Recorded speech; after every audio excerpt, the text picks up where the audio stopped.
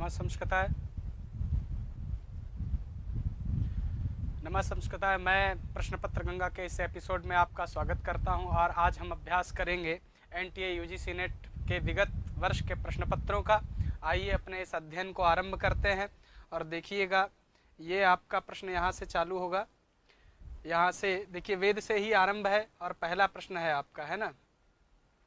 लिखा हुआ है यहाँ पे, मयासो अन्नमत्यो मयासो अन्नमत्यो विपश्यति य प्राणिति य एम शृणोत्युक्तम। ये मंत्र है और ये ऋग्वेद का मंत्र है और यहाँ पे पूछ रहा है कि इति कस्य ऋग्वेदीय सूक्तस्य अंशः, ये किस ऋग्वेदीय सूक्त का अंश है। चूंकि कई सूक्त लगे हैं ऋग्वेद के, और किस सूक्त का अंश है, अग्नि सूक्त का है क्या। अग्नि सूक्त आपने पढ़ा है, उसका तो नहीं है कि वाक सूक्त का है कि इंद्र सूक्त का है कि नासदीय सूक्त का है, ऐसा आपसे पूछा जा रहा है। तो यह जो मंत्र है किस सूक्त का है ऐसा आपसे पूछ रहा है, तो ये वाक सूक्त में आता है। किस में आता है, वाक सूक्त में ये मंत्र आता है। तो इसीलिए यह जो प्रश्न है, मयासो अन्नमत्यो विपश्यति य प्राणिति य एम शृणोत्युक्तम, ऐसा मंत्र है और ये आता किसमें, वाक सूक्त में आता है। इसीलिए हमारा 1 नंबर का जो है बी वाला वाक सूक्तम, ये सही हो जाएगा। ठीक है, ये वाला विकल्प जो है सही होगा। इसी तरह आइए अगले प्रश्न पर चलते हैं। अगला प्रश्न देखिएगा, 2 नंबर प्रश्न है यहाँ पे और लिखा हुआ है, हिरण्यगर्भ सूक्तम। हिरण्यगर्भ सूक्तम, हिरण्यगर्भ सूक्तम ऋग्वेदस्य कस्मिन् मंडले आयाति। पूछ रहे हैं कि हिरण्यगर्भ जो सूक्त है ऋग्वेद के किस मंडल में आता है।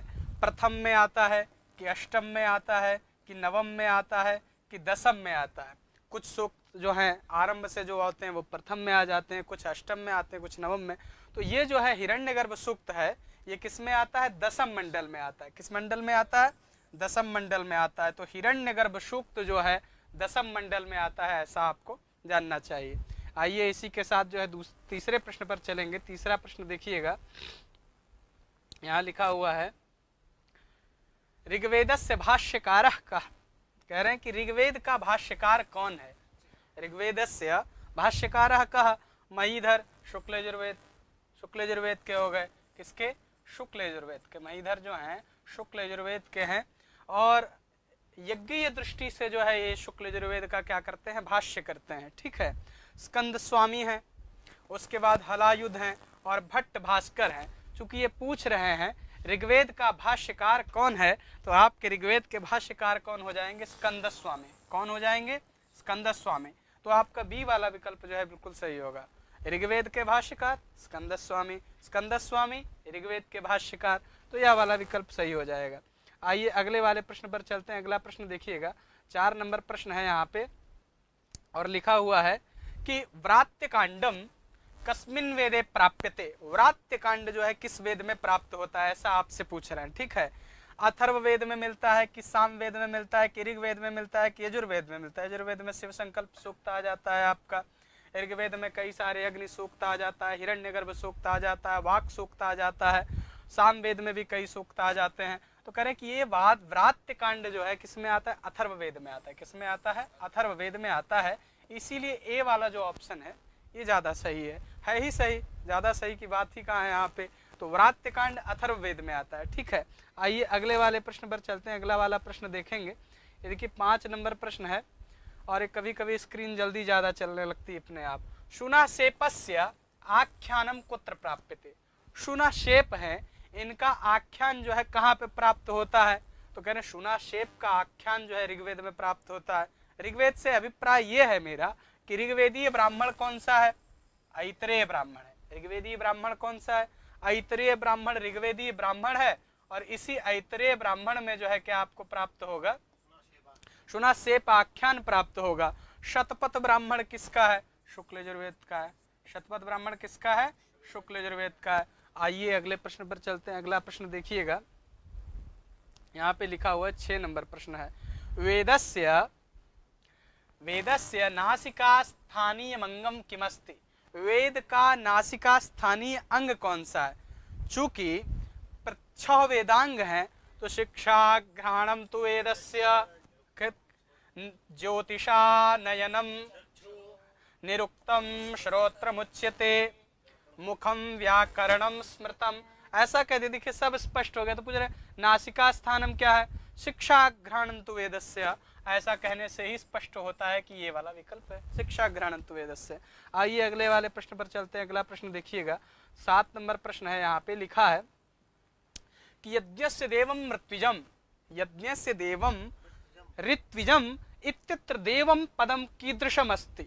देव पद जो है यह कैसा है, तो कह रहे हैं आद्युदात्त है कि मध्योदात्त है कि अंतोदात्त है कि सर्वानुदात्त है। तो कह रहे जो यज्ञस्य देव मृत्युजम यह जो है अंतोदात्त है। कैसा है, अंतोदात्त पद है। ठीक है, इसके बारे में विस्तृत रूप से आप पढ़ सकते हैं किताब के माध्यम से। यज्ञस्य देव मृत्युजम इत्यत्र देवम इत पदम कीदृशम अस्ति, अंतोदात्तम अस्ति। आइए अगले वाले प्रश्न पर चलते हैं। अगला प्रश्न देखिएगा, यहाँ लिखा हुआ 8 नंबर है। कह रहे हैं कि स्वरित परे अनुदात्ताः किमुच्यन्ते। स्वरित के परे जो है अनुदात्तों को क्या कहा जाता है। उदात्ताः, स्वरिताः, प्रचयाः, अनुदात्ताः। क्या कहते हैं, तो स्वरित के परे यदि अनुदात्त आ जाए तो उनको क्या कहा जाएगा, प्रचय कहा जाएगा। क्या कहा जाएगा, प्रचयाः उच्यन्ते, प्रचय कहा जाएगा। आइए अगले प्रश्न पर चलते हैं। अगला प्रश्न देखिएगा, 9 नंबर प्रश्न है ये आपका। भवाति, भवाति देखिए सुन के ही कैसा लग रहा है कि थोड़ा जो लकारों से भिन्न ही हो गया है ना। अब जाहिर सी बात है, वेद की बात होगी तो कहेंगे लेट लकार। किस लकार में होगा, लेट लकार में होगा। लेटिए, खाइए, पीजिए, सोइए और लेट लकार बनाइए, भवाती, इस तरह बन जाएगा। आइए अगले वाले प्रश्न पर चलते हैं। अगला प्रश्न देखिएगा, 10 नंबर प्रश्न है आपका। और यहाँ लिखा है कि सामवेदस्य ब्राह्मणमस्ति। सामवेद का ब्राह्मण है। गोपथ ब्राह्मण किसका है, जानते हैं। सामवेद और सांख्यायन किसका है, संहितोपनिषद ब्राह्मण किसका है और शतपथ ब्राह्मण किसका है। शतपथ ब्राह्मण जो है यह शुक्ल यजुर्वेद का है। शतपथ किसका है, शुक्ल यजुर्वेद का है। और संहितोपनिषद जो ब्राह्मण है ये किसका है, सामवेद का है। संहितोपनिषद ब्राह्मण किसका है, सामवेद का है। तो ये सी वाला क्या हो जाएगा, बिल्कुल सही हो जाएगा। सही, सी वाला क्या हो जाएगा, बिल्कुल सही हो जाएगा। तो आइए अगले वाले प्रश्न पर चलते हैं। अगला प्रश्न देखिएगा, 11 नंबर प्रश्न है यहाँ पे। और यहाँ पे लिखा हुआ है कि बृहदारण्यकम केन वेदेन संबद्धमस्ति। ऋग्वेद, यजुर्वेद, सामवेद, अथर्ववेद। बृहदारण्यक किसके साथ संबद्ध है, तो यजुर्वेद के साथ संबद्ध है। किसके साथ संबद्ध है, यजुर्वेद के साथ संबंध है। आइए अगले वाले प्रश्न पर चलते हैं। अगला प्रश्न देखिएगा, 12 नंबर यहाँ पे प्रश्न दिया हुआ है। अरा इव रथ नाभौ संहता यत्र नाड्यः। अरा इव रथनाभौ सम्मता यत्र नाड्यः इत्युक्तिः कुत्र विद्यते। यह उक्ति कहाँ है, मुंडकोपनिषद में है।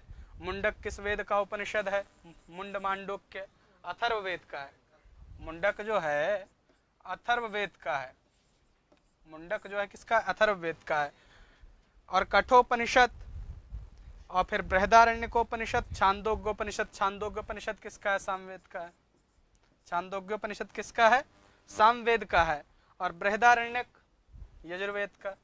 बृहदारण्यक किसका है, यजुर्वेद का है। और यहाँ पूछ रहा है कि अरा इव रथनाभौ सम्मता यत्र नाड्यः इत्युक्ति कुत्र विद्यते। यह युक्ति जो है कहाँ प्राप्त होती है, ऐसा आपसे पूछ रहा है। तो मुंडकोपनिषद में प्राप्त होती है। किसमें, मुंडकोपनिषद में प्राप्त होती है। आइए अगले वाले प्रश्न पर चलते हैं। अगला प्रश्न देखिएगा, यहाँ लिखा हुआ है 13 नंबर है। और यहाँ लिखा हुआ है कि अतिमुक्ति ही कुत्र वर्णिता। अतिमुक्ति कहाँ पे वर्णित है, 13 नंबर आपका प्रश्न है। और ये पूछ रहे हैं कि अतिमुक्ति जो है कहाँ पे वर्णित है। तो कह रहे हैं कि अतिमुक्ति जो है कहाँ वर्णित है, ऐसा आपको बताना है। ईशावास्योपनिषद में कि ऐतरेयोपनिषद में कि बृहदारण्यकोपनिषद में कि प्रश्नोपनिषद में। तो देखिएगा बृहदारण्यकोपनिषद में क्या वर्णित है, आपकी अतिमुक्ति वर्णित है। बृहदारण्यकोपनिषद में अतिमुक्ति वर्णित है। और बार पिछला वाला प्रश्न आपने ध्यान से देखा ही था, ये वाला इसका क्या बताया था हमने, मुंडकोपनिषद बताया था। ठीक है, और आगे आइए 14 नंबर प्रश्न में आइए। 14 नंबर देखिएगा, लिखा आत्मा वा इदमेक एवाग्र आसीत। आत्मा वा कह रहे हैं कि आत्मा वा इदमेक एवाग्र आसीत, यही सबसे पहले थी। तो इत्युक्ति कुत्र प्राप्यते, ईशावास्योपनिषद में। ईशावास्योपनिषद में मिलती कि तैत्तरीयोपनिषद में कि ऐतरेय उपनिषद में मिलती है कि मुंडकोपनिषद में मिलती है? तो ऐसा कह दिया है। अब कह रहे हैं कि कहाँ मिलती है, तो कह रहे हैं कि ऐतरेयोपनिषद में। कहाँ मिलती है? ऐतरेयोपनिषद। और ऐतरेयोपनिषद है किस वेद का? ऐतरेय ब्राह्मण ऋग्वेद का। तो ऐतरेयोपनिषद किसका हो जाएगा? ऋग्वेद का हो जाएगा। ईशावास्योपनिषद शुक्ल यजुर्वेद का हो जाएगा। और इसी तरह जो है तैत्तिरीय और मुंडक, तैत्तिरीय आपका किसका हो जाएगा? कृष्ण यजुर्वेद में आ जाएगा। और मुंडक किस में आ जाएगा? अथर्ववेद में आ जाएगा। आइए अगले वाले प्रश्न पर चलते हैं। अगला प्रश्न देखिएगा, 15 नंबर प्रश्न है और यहाँ लिखा है अन्नम बहुकुर्वीत अयम उपदेशः कुत्र प्राप्यते। अन्नम बहुकुर्वीत अयम उपदेशः कुत्र प्राप्यते, ऐसा पूछ रहे हैं आपसे। ईशावास्योपनिषद में कि तैत्तिरीयोपनिषद में कि छांदोग्योपनिषद में कि प्रश्नोपनिषद में? तो अन्नम बहुकुर्वीत अथ शिक्षाम व्याख्यास्यामः। मात्र पितृ क्या, माता और पिता का क्या करना चाहिए? सम्मान करना चाहिए। गुरु का सम्मान करना चाहिए। ऐसे वचन कहाँ पे आते हैं? तैत्तिरीयोपनिषद में आते हैं। बिल्कुल सही है ना, तैत्तिरीयोपनिषद में आते हैं। आइए आगे चलते हैं। अगला देखिएगा 16 नंबर। कह रहे हैं कि मृगो न भीमः कुचरो गिरिष्ठाः इत्यत्र नः कीदृशः। ये जो न, ये कैसा न है? तो कहते हैं उपमार्थी। यह मृगो न भीमः उपमार्थक है। कैसा है ये? उपमार्थक है। ये आपका निरुक्त से पूछ रहा है, ठीक है। मृगो न भीमः कुचरो गिरिष्ठा इत्यत्र न कीदृशा, न किस अर्थ में यहाँ पे विद्यमान है? तो उपमार्थ में जो है ये ना विद्यमान है यहाँ पे। तो ये वाला ए वाला बिल्कुल ऑप्शन क्या हो जाएगा आपका? सही हो जाएगा। आइए अगले वाले प्रश्न पर चलते हैं। ये अगला प्रश्न देखिएगा, 17 नंबर आपका प्रश्न है। यहाँ लिखा है पुरुषः इति पदस्य निर्वचने, पुरुषः इति पदस्य निर्वचने किम नास्ति? पुरुषादः परुषः, ये भी निरुक्त से है। दूसरा प्रश्न फिर आया, फिर पुरुषयः कि पूरयते। यहाँ आपसे ये पूछ रहे हैं कि इतने सारे शब्द दिए गए हैं, पुरुष की व्युत्पत्ति यहाँ पे की गई है, तो इसमें जो है कौन सा इसका लक्षण नहीं होगा, कौन सी इसकी व्युत्पत्ति नहीं होगी? तो परुषः जो है ये इसकी व्युत्पत्ति नहीं होगी। यानी कि पुरुष की व्युत्पत्ति पुरुषादः इति पुरुषः, पुरुषयः इति पुरुषः, पूरयतेः इति पुरुषः, इन तीनों तरीकों से हो जाएगी। आइए अब अगले वाले प्रश्न पर चलते हैं। अगला रविंद्र भैया समझ में आ रहा है? ठीक है। आगे देखिएगा 18वें नंबर पे प्रश्न पे आ जाएंगे। धर्मसूत्रम केन वेदांगेन सह संबद्धमस्ति। धर्मसूत्र, गृह्य सूत्र, सुलभ सूत्र शिक्षा के साथ संबंध है क्या? कल्प वेदांग के कि व्याकरण वेदांग की, निरुक्त वेदांग के? जाहिर सी बात है आप कहेंगे कल्प वेदांग के साथ संबंध है। किसके साथ संबंध है? कल्प वेदांग के साथ इसका संबंध है। आइए अगले वाले प्रश्न पर चलते हैं। अगला प्रश्न देखिएगा 19 नंबर प्रश्न है। निरुक्त दिशा पदजातानि कति चत्वारि पदजातानि नामाख्याते उपसर्ग निपाताश्च, ऐसा कह दिया। तो ये वाला बिल्कुल क्या हो जाएगा आपका? सही हो जाएगा। चत्वारि पदजातानि नामाख्याते उपसर्ग निपाताश्च, ऐसा हो जाएगा। आइए अगले वाले प्रश्न पर चलते हैं। अगला प्रश्न देखिएगा 20 नंबर प्रश्न है। यहाँ पे दिया हुआ है अथर्ववेदस्य किम गृह्य सूत्रमस्ति। खादिर गृह्य सूत्र है कि कात्यायन गृह्य सूत्र है कि कौशिक गृह्य सूत्र है कि वैखानस गृह्य सूत्र है? आपको बताना है। तो कहते हैं कि अथर्ववेद का जो गृह्य सूत्र है ना, वो देखिएगा भैया रविंद्र भैया, कौशिक गृह्य सूत्र है। कौन सा? कौशिक गृह्य सूत्र जो है वो किसका है? अथर्ववेद का है। तो ये वाला बिल्कुल सही हो जाएगा। आइए अगले प्रश्न पर चलते हैं। अगला प्रश्न देखिएगा 21 नंबर प्रश्न है। यहाँ लिखा हुआ है ऋग्वेद प्रातिशाख्यस्य प्रवक्ता कः अस्ति। ऋग्वेद प्रातिशाख्य के जो प्रवक्ता हैं वो शौनक हैं।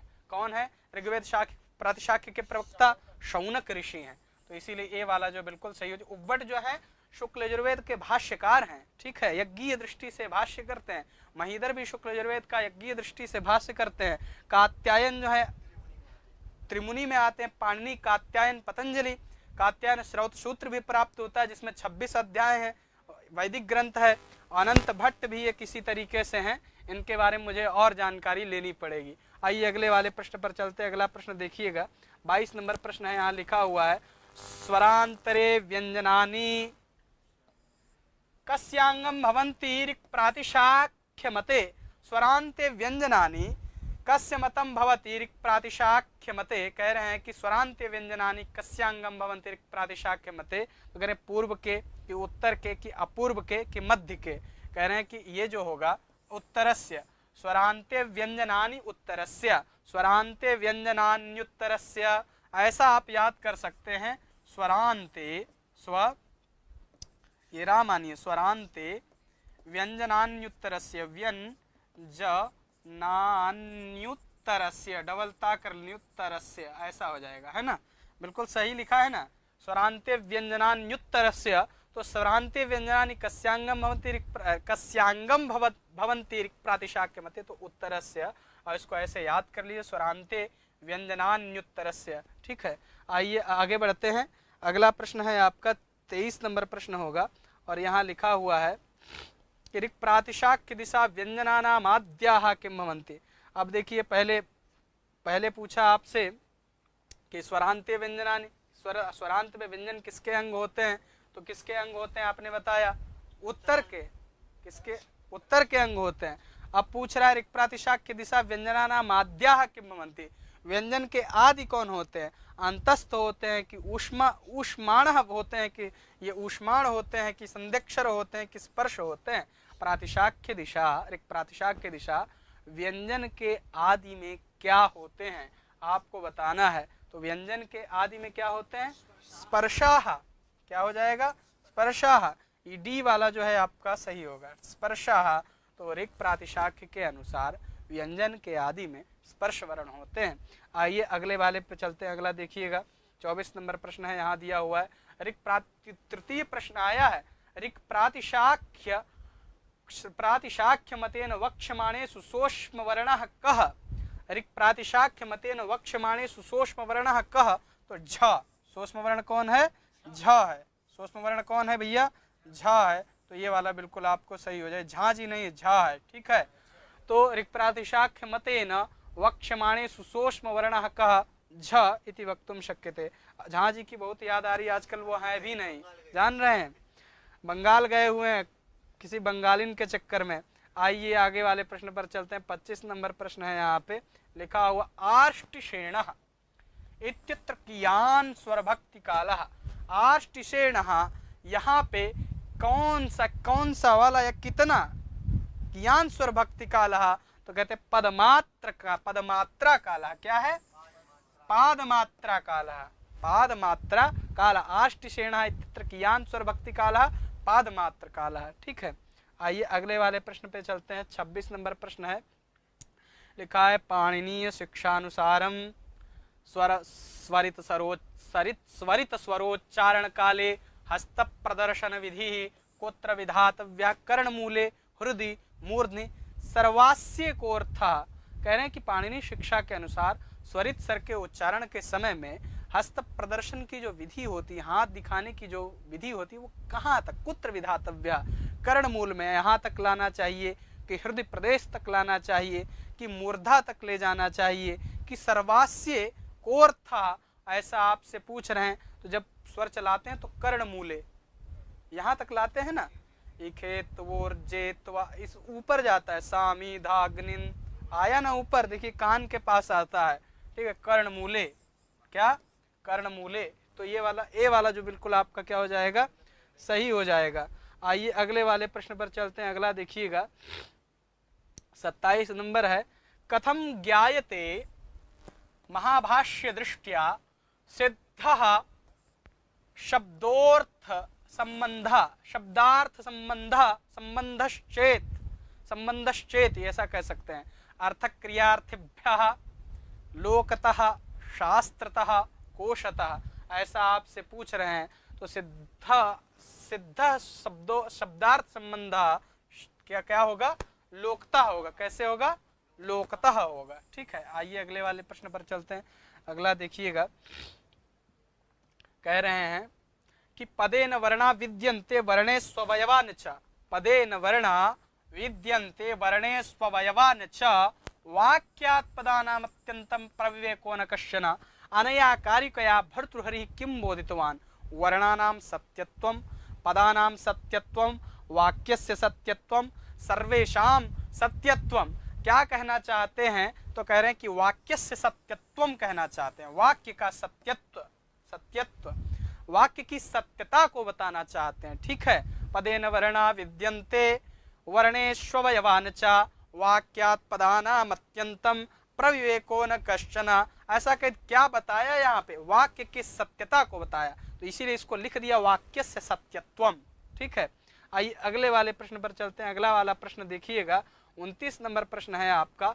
एद धातो हो, कह रहे हैं कि एद धातो हो लुंग लकार में, एद धातु का लुंग लकार में उत्तम पुरुषैक वचने कह प्रयोग। कह रहे हैं कि एद धातु का क्या प्रयोग बनेगा उत्तम पुरुष के एक वचन में, तो क्या बन जाएगा आचार्य, ऐधिशी बनेगा। क्या बनेगा, ऐधिशी बनेगा। क्या प्रयोग बनेगा रविंद्र भैया, ऐधिशी बनेगा, तो ये सिद्ध हो जाएगा।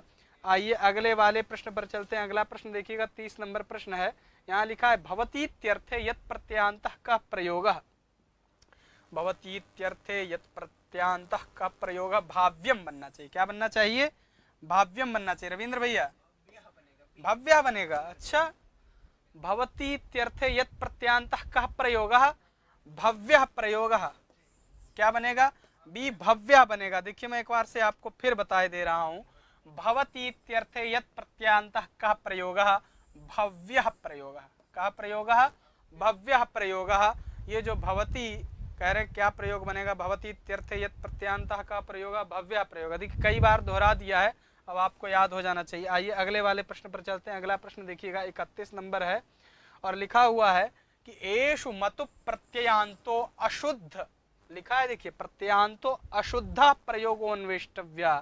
कौन सा प्रयोग अशुद्ध है, यववान अशुद्ध है कि ज्ञानवान अशुद्ध है कि विद्यावान अशुद्ध है कि लक्ष्मीवान अशुद्ध है, तो कौन सा नहीं बनेगा, अशुद्ध प्रयोग कौन सा है, यववान जो है अशुद्ध प्रयोग, यानी कि ज्ञानवान विद्यावान और लक्ष्मीवान ये सही प्रयोग हैं, पर यववान जो है ऐसा प्रयोग नहीं बनता है। आइए अगले प्रश्न पर चलते हैं। अगला प्रश्न देखिएगा, 32 नंबर प्रश्न है। यहाँ पे लिखा है स्त्रियाम सीमन, स्त्रियाम सीमन शब्दस्य, स्त्रियाम सीमन शब्दस्य प्रथमायाम कः प्रयोग भवति, प्रथमा में कौन सा प्रयोग होता है ऐसा आपसे पूछ रहे हैं। सीमा क्या बनता है, सीमा बनता है। ठीक है भैया, सीमा प्रयोग बनता है। आइए अगले वाले प्रश्न पर चलते हैं। अगला प्रश्न देखिएगा, 33 नंबर प्रश्न है और ये पूछ रहे हैं वृद्धो जनो दुख शतानि भुंक्ते, बूढ़ा आदमी जो है 100 प्रकार से कष्ट को झेलता है। ठीक है, और इत्यत्रात्मने पदम विधायकम सूत्रम किम भाव कर्मणो हो अकर्मकाच्चा कर्तृस्थे चा शरीरे कर्मणि या भुजो अनवने। यहाँ आपसे पूछ रहे हैं कि वृद्धो जनो दुख शतानि भुंक्ते इत्यत्र आत्मने पद जो है, आत्मने पदी भी लगा है, ये सिद्धांत कौमुदी के अनुसार लगा है। ठीक है, तो पूछ रहे हैं कि वृद्धो जनो दुख शतानि भुंक्ते, यहाँ भैया कौन सा आत्मने पद विधायक सूत्र लगता है, तो कहते भुजो अनवने का लगता है, भुजो नवने लगता है, और इसी से जो है वृद्धो जनो दुख शतानि भुंक्ते ऐसा बन जाता है वाक्य। ठीक है, आगे चलते हैं। अगला देखिएगा, 34 नंबर प्रश्न है और यहाँ लिखा हुआ है आख्यातोपयोगे इत्यत्र प्रयुक्तस्योपयोग शब्दस्य कोऽर्थः, प्रयुक्तस्योपयोग शब्दस्य कोऽर्थः वक्ता नियम पूर्वक विद्या स्वीकारः नियत कालम भृत्या स्वीकरणम और अन्य कर्तृकोभिलाषः। ये पूछ रहे हैं कि क्या बनेगा, तो कह रहे कि नियम पूर्वक विद्या स्वीकार, आख्यातोपयोगे है ना, उपाध्यायाद अधीते ऐसा बनता है ना, तो नियम पूर्वक विद्या स्वीकार ऐसा क्या हो जाएगा, इससे बन जाएगा आख्यातोपयोग से प्रयुक्त। पूछ रहे हैं ना कि भैया उपयोग लिखा ना, उपयोग शब्द से कोऽर्था, तो नियम पूर्वक विद्या स्वीकार उपाध्यायाद अधीते है ना, तो ऐसा बन जाएगा। आइए अगले वाले प्रश्न पर चलते हैं। 35 नंबर प्रश्न देखिएगा कि अरबी भाषा कस्य भाषा परिवार से भाषा अस्ति, अरबी भाषा जो है वो किस भाषा परिवार की भाषा है ऐसा आपसे पूछा जा रहा है। तो अरबी परिवार जो है सामी परिवार की भाषा है। किस परिवार की है, सामी परिवार की। सामी आप सौमी समझ लीजिए। ठीक है, सामी परिवार की अरबी एक लड़की है, अरबी और सामी जो है क्या सहेलियां हैं दोनों, तो इस तरह याद कर लीजिए अरबी सामी। आइए अगले वाले प्रश्न पर चलते हैं। अगला प्रश्न देखिएगा, 36 नंबर प्रश्न है और कलिंगराज खारवेलस्य उल्लेखः कस्मिन् शिलालेखे वर्तते, कलिंगराज खारवेल हुए, उनका कौन से शिलालेख में उल्लेख है ऐसा आपसे पूछा जा रहा है। तो आप कहेंगे कि हाथी गुम्फा लेखे, हाथी गुम्फा लेखे इसमें जो है आपका इनका क्या आता है, वर्णन आता है। ठीक, कलिंगराज खारवेल का। हाँ, कह रहे काली हाथी होती है, ऐसे संबंध बिठाने को हमारे भाई साहब बोल रहे हैं, बिठा लीजिए। कलिंगराज खारवेल का उल्लेख जो है हाथी गुम्फा लेखे, ठीक है, ऐसा आ जाएगा। आइए, एक भैया कह रहे हैं कलिंग देश में हाथी बहुत हुआ करते थे, ये भी सही बात है, तो इन दोनों से मिला लीजिए। आइए अगले वाले पे चलते हैं। अगला देखिएगा 37 नंबर है, और देखिए कि निम्नलिखितेषु कस्यै को अभिलेखो यूनानी लिप्याम प्राप्त। निम्नलिखित में कौन सा ऐसा किसका अभिलेख है जो यूनानी लिपि में प्राप्त होता है? तो जाहिर सी बात है, आप कहेंगे कि अशोक ही का प्राप्त होता है। यूनानी लिपि में किसका प्राप्त होता है? अशोक का प्राप्त होता है। आइए अगले प्रश्न पर चलते हैं। 38 नंबर प्रश्न यहाँ लिखा हुआ है, अधोलिखित लिखितानाम केन सह कस्य संबंध। अधोलिखित में किसका किसके साथ संबंध है, ऐसा पूछा जा रहा है। और देखिए, नैयायिका प्रामाण्यम स्वतो अप्रामाण्यम परतः, पूर्व मीमांसका प्रामाण्य परतः, जैना प्रामाण्यम स्वतः। ये देखिए अलग तरीके से गलत दिया हुआ है, यहाँ पे आपको चुनना है। तो 38 नंबर का जो है आपका क्या ऑप्शन हो जाएगा? 38 का क्या होगा? ए होगा। तो देखिए अब हम मिला लेते हैं। अब का क्या बता रहे हैं? 2 बता रहे हैं, का 2 है ना भैया। तो नैयायिका प्रामाण्य परतः, प्रामाण्य और अप्रामाण्य, तो क्या बन गया? प्रामाण्य प्रामाण्य, ठीक है, परतः प्रामाण्य अप्रामाण्य परतः। आप कह रहे हैं खा का क्या हो जाएगा? 1 हो जाएगा। पूर्व मीमांसक क्या मानते हैं? खा का 1। प्रामाण्यम स्वतो अप्रामाण्यम परतः, प्रामाण्य स्वतः और अप्रामाण्य परतः, ऐसा कौन मानते हैं? पूर्व मीमांसक। आप कह रहे हैं कि गा का क्या हो जाएगा? 4 हो जाएगा। जैन क्या मानते हैं? प्रामाण्य स्वतः, प्रामाण्य और अप्रामाण्य स्वतः मानते हैं, ठीक है। वही नैयायिक क्या है? प्रामाण्य परतः है। और इनका जैन का क्या है? प्रामाण्य स्वतः है। अब कह रहे बौद्ध बच्चे, बौद्ध क्या मानते हैं? तो बौद्ध कह रहे हैं बौद्धः अप्रामाण्यम स्वतः प्रामाण्यम परतः। बौद्ध जो है अप्रामाण्य को स्वतः मानते हैं और प्रामाण्य को क्या मानते हैं? परतः मानते हैं, ऐसा हो जाता है।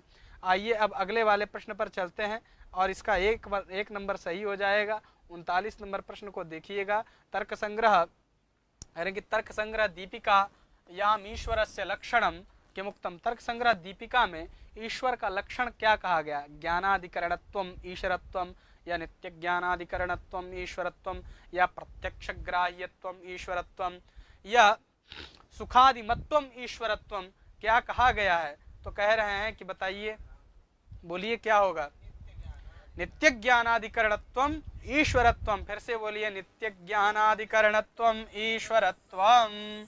तो ये बी वाला विकल्प क्या हो जाएगा? सही हो जाएगा, नित्य ज्ञानाधिकरणत्वम ईश्वरत्वम। आइए अगले वाले प्रश्न पर चलते हैं। अगला वाला प्रश्न देखिएगा, 40 नंबर प्रश्न है, और यहाँ लिखा हुआ है, न्याय सिद्धांत मुक्तावली रीत्या अनुमितौ व्याप्ति ज्ञानम किम भवति। कह रहे हैं कि न्याय सिद्धांत मुक्तावली की रीति से अनुमितौ, अनुमिति में व्याप्ति ज्ञान जो होता है कैसा होता है? तो व्यापार होता है कि परामर्श होता है कि पक्ष होता है? ये क्या होता है? करण होता है, परामर्श होता है। क्या होता है? अनुमायाम ज्ञायमानम लिंगम तु परामर्शः। अनुमा में जो ज्ञायमान लिंग होता है वो क्या होता है? परामर्श होता है, ठीक है। तो ये वाला बी वाला क्या हो जाएगा? सही हो जाएगा। अनुमायाम ज्ञायमानम लिंगम तु परामर्शः, इसीलिए बी वाला क्या हो जाएगा? बिल्कुल सही हो जाएगा। आइए अगले वाले प्रश्न पर चलते हैं। अगला प्रश्न देखा जाएगा, 41 नंबर प्रश्न है। यहाँ लिखा है, वेद प्रतिपाद्य प्रयोजनवदर्थो धर्म। अर्थ संग्रह की याद आ गई है ना। वेद प्रतिपाद्य प्रयोजनवदर्थो धर्म, वेद प्रतिपाद्य होना चाहिए, प्रयोजनवान होना चाहिए, ऐसा जो होगा और धर्म होगा। इति धर्म लक्षणे लौगाक्षि भास्करेण। अर्थ संग्रहकार है लौगाक्षि भास्कर। अर्थ ये लिखा, अर्थ लिखना चाहिए था, है ना, अर्थ है ना। अर्थ इति अर्थ पदोपादानम, अर्थ पदोपादानम किमर्थम। हाँ, अर्थ पद का उपादान क्या है ना, अर्थ ही रहेगा। अर्थ पद का उपादान क्या है? किमर्थम। क्या कहना चाहते हैं? तो बता रहे हैं, शेन यागात, देखिए पढ़ने में थोड़ा कठिनाई हो रही। शेन यागा दावति व्याप्ति वारण है, शेन यागा दऊ अति व्याप्ति वारण है। क्या होगा? शेन आदि याग में अतिव्याप्ति दोष न चला जाए, कि भाई एक पक्ष में जाना चाहिए और कई पक्ष में चला जाए तो वो क्या हो जाएगा?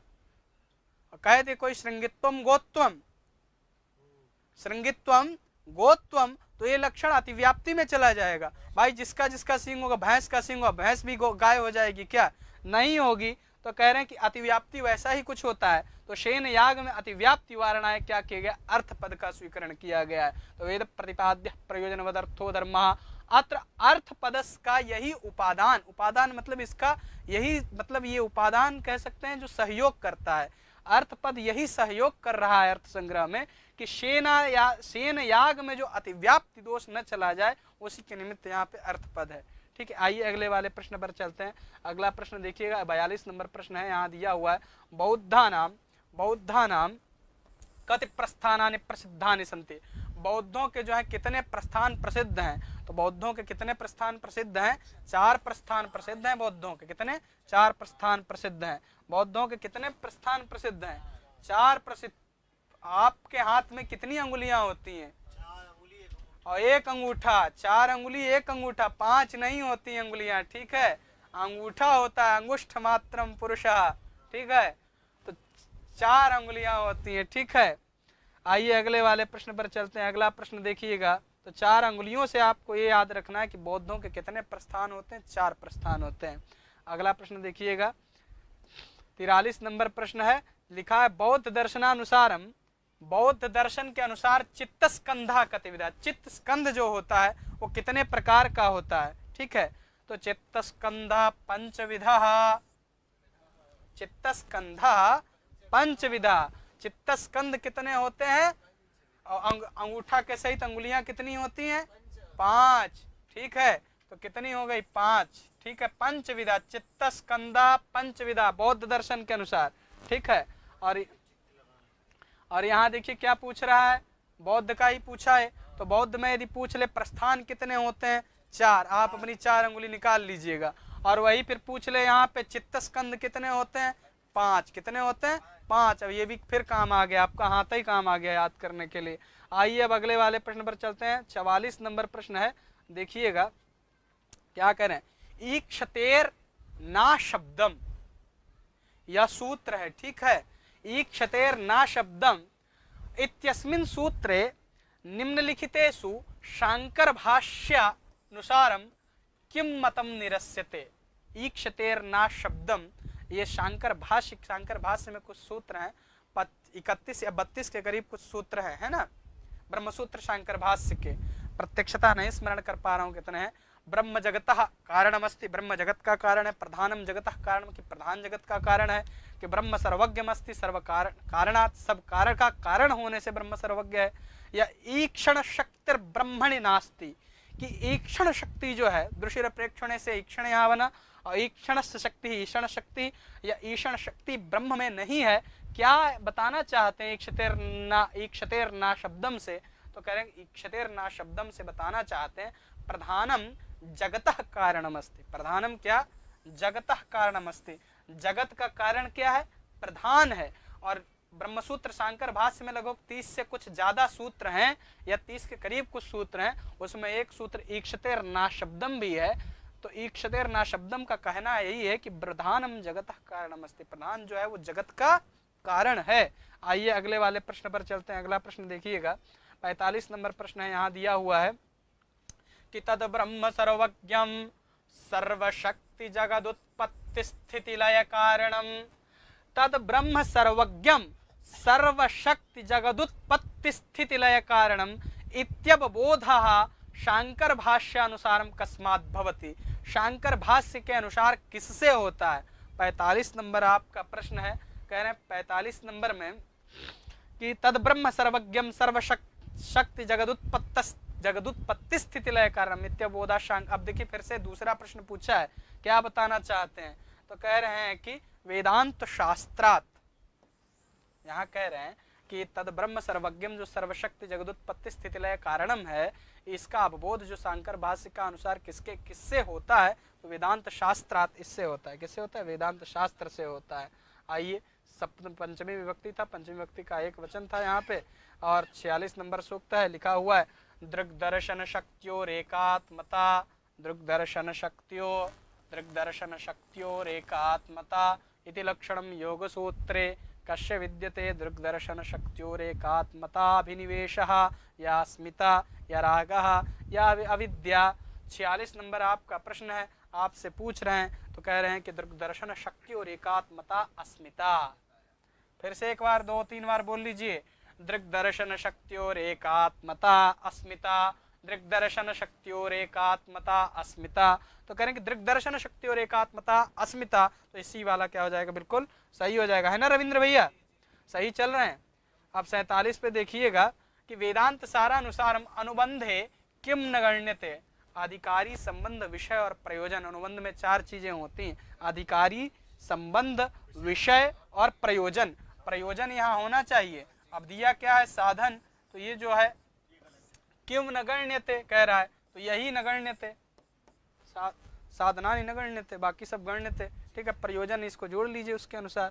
आइए आगे चलते हैं। 48 नंबर प्रश्न है, यहाँ दिया हुआ है वेदांत दर्शनानुसारम व्यष्टुपहितम चैतन्यम किम उच्यते। व्यष्टि, व्यष्ट से मान एक होता है समष्टि, एक होता है व्यष्ट।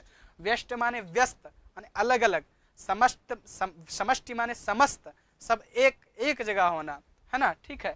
तो कहते हैं व्यष्टुपहित चैतन्य है जो सब में अलग अलग रूप से दिखाई पड़ता है। व्यस्त माने व्यस्त मतलब प्रत्येक जगह भिन्न भिन्न, क्या माने प्रत्येक जगह भिन्न भिन्न, हो गया ना व्यस्त। समस्त माने इसके अंदर जो आएगा संपूर्ण। तो व्यस्त, व्यष्टुपहित चैतन्य कौन है, जो सब में भिन्न भिन्न है, किम उच्यते, तो कह रहे हैं कि ये आपको बताना है, तो कह रहे हैं प्राज्ञः उच्यते। क्या उच्यते, प्राज्ञः, किसका लक्षण है, प्राज्ञः। आइए ये वाला सही हो गया। अगले प्रश्न पर चलते हैं। अगला देखिएगा 49 नंबर है, पुद्गलः पुद्गलः इति शब्दः कस्य दर्शनस्य वर्तते। पुद्गल या जो शब्द है किस दर्शन का है, तो भैया ये बताना है आपको किस दर्शन का है। तो बोलिए बौद्ध का है कि जैन का है कि सांख्य का है कि वेदांत का है। तो पुद्गल जो है जैन में आता है, किस में आता है, जैन में आता है। पुद्गल किस में आता है, जैन में आता है। और जैन की कुछ तत्व विमर्शना है एक, उसमें जीव, आजीव, आश्रव, बंध, संबर, निर्जर, मोक्ष, ऐसा कुछ आता है ना। तो वो भी इसी से ही रिलेटेड है, ठीक है। और आगे देखिए, जीवा जीवो आश्रवश्च बंध संवर निर्जराः मोक्षोप्येको अन्यतमः जैने सप्त तत्व विमर्शना। सप्त तत्व की जो विमर्शना आई है तो जैन दर्शन में आई है। सप्त तत्व, जीव, जीव, आश्रव, बंध, संबर, निर्जर, मोक्ष, ऐसे करके 7 तत्व हैं। तो जैन में ही इन 7 तत्वों की विमर्शना है। तो पुद्गल इति शब्दः कस्य दर्शनस्य, जैन दर्शनस्य। और एक यहाँ पूछा है, जिन दत्त सूरि मते जिनः को भवितुमर्हति। जिन माने भूत नहीं, जिसने इंद्रियों पे विजय पाली हो, ऐसा व्यक्ति क्या होता है, जिन होता है, ठीक है। तो जिन दत्त सूरि मते जिनः को भवितुमर्हति, यानी जिन कौन हो सकता है, तो 18 दोषेभ्यो मुक्ता, 18 दोषों से जो मुक्त होता है। यहीं पे अब मान लीजिए 18 दोषों की यहाँ पे चर्चा की गई है।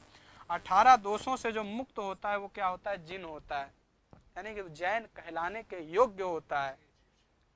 उनमें कई प्रकार के 18 दोष हैं, उन पे फिर आगे चर्चा होगी। आशा करता हूँ आपको बहुत आनंद आया होगा, है ना। और फिर से जो है हम आपके साथ जुड़ेंगे, और लाइव क्लास सुबह 8 शाम 8 जुड़ते रहिए। और आप जहाँ पे भी रहें मस्त रहें, और आनंद आया हो तो ज़रूर बताएं। नमः संस्कृताय। पत्ता भी तो अलग हो रहा है, वृक्ष भी अलग हो रहा है, वृक्ष और पत्ते दोनों एक दूसरे से अलग हो रहे हैं। क्या पत्ता